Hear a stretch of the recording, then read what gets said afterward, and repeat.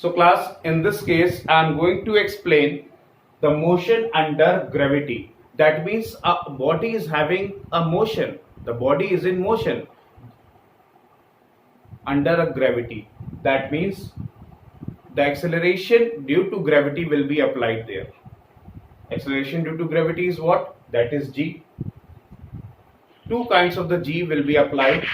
One is uniformly retardation and another one is uniform acceleration. If G is plus 9.8 meter per second square, if G is 9.8 meter per second square in plus, that means a positive acceleration. So there will be a uniform acceleration class. This case will be happened in the free fall case. Okay, this has happened in the free fall case. So this is an example. This one is an example for a motion under gravity. Free fall case is an example of motion under gravity. Again, we have taken acceleration due to gravity, which is called as the negative acceleration. Uniform retardation should be there.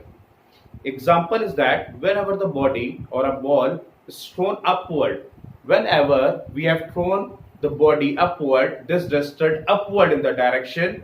So what will be happened there? There will be a uniform retardation, means a body is working against a gravity. If you are working against a gravity, then the 9.8 will be taken as negative, so acceleration will be minus 9.8 meter per second square. This is also the case of a example of a motion under gravity.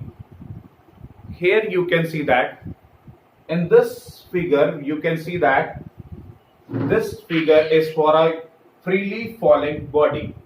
This figure is for freely falling body. X-axis represent time interval, y-axis represent acceleration. In the x-axis we have taken 0, 1, 2, 3, 4, 5. In the y-axis we have taken in the 5 multiples of 5.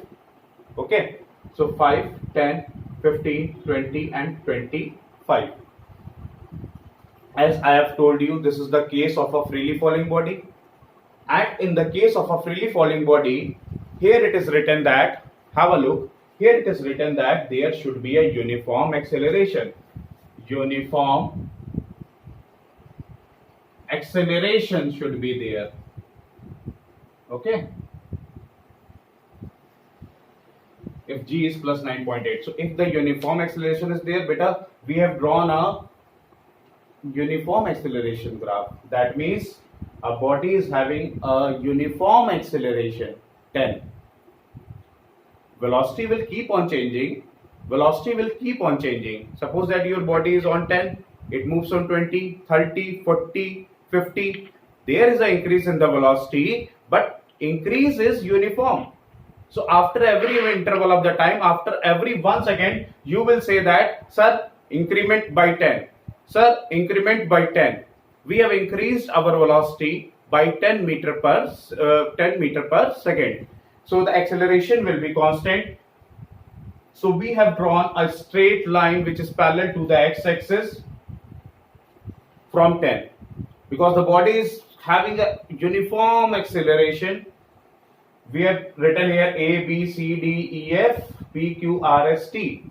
That means these are the particular times. Okay, that are the particular point where the time interval or a acceleration time graph to be calculated. Now, I am going to explain the velocity time graph and the displacement time graph for this particular acceleration.